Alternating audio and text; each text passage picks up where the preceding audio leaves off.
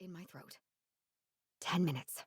Once the hawk gives its first scream, I'll have just 10 minutes to make it onto that platform. Its cries will mark down each minute until time is up.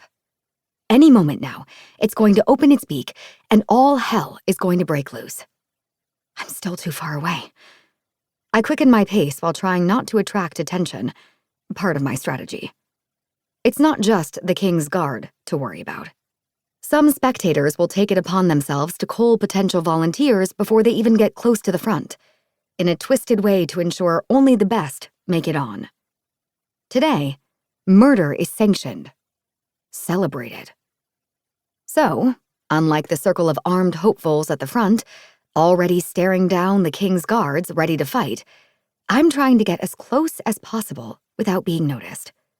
I shoulder through the crowd, head low.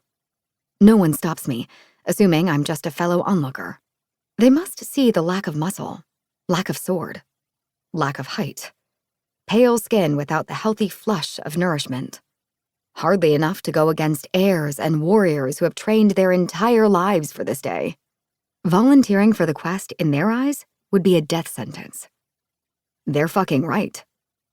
Someone slams into my back, sending me stumbling forward.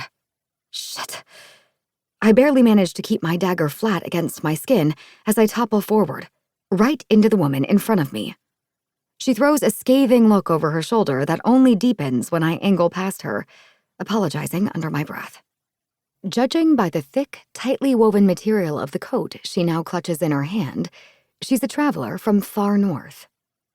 Almost every village has sent volunteers or witnesses to our town of Nightfell, named after the black rock at the center of it. I slip past unfamiliar fabrics. All are faded, ripped, and covered in a layer of dirt. The tattered remains of something that once might have been beautiful, but is now only ruins. Just like everything else on this side. A roaring has me wrenching my head back up. Next to the platform, a tower of flame shoots skyward, crackling in shades of shredded sunset. I don't have to wonder what it's for. I know. The bodies that don't make it onto the stone will be thrown into the fire, left to burn. I swallow. It's almost time. Looking to feed the flames? The gravelly voice comes from a slim, tall man with slicked back hair, leaning all his weight upon a sword I'd bet my own dagger he can't hold up properly. Metal is heavy. Most men who visit the forge want the biggest weapon they can afford, but few can get it off the ground when it counts. At his statement, several heads turn toward us. Fuck. Though my tongue itches to ask the man if he's looking to sharpen my blade, preferably between his ribs, I push my metal higher up my wrist and offer my most sheepish of smiles. Of course not. Just trying to get a better view.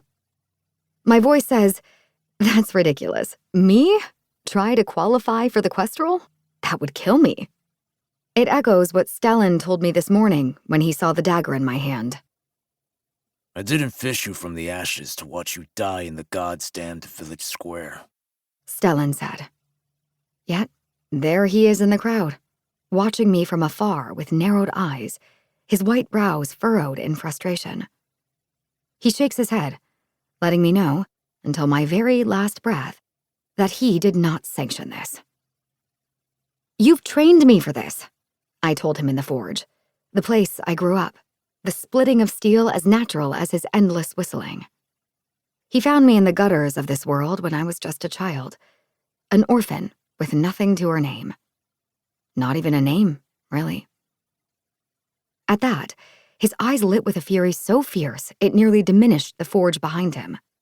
Then, that anger melted into something I had never seen in his expression before. Terror. This isn't what I wanted. Still, he didn't ask for the dagger back, even though it's the greatest weapon he's ever made. Crafted from a piece of a world so cruel and deadly, he's refused to speak of it. Even to me. Which is a shame, because the knowledge of how Stellan made it to be one of the 50 would have really helped right about now. No, he won't watch me die. Not yet. I'm going to make it to the platform. To keep listening to this audiobook for free, click the link in the description. It will take you to a free Audible trial where you can listen to this and many other books for free for 30 days.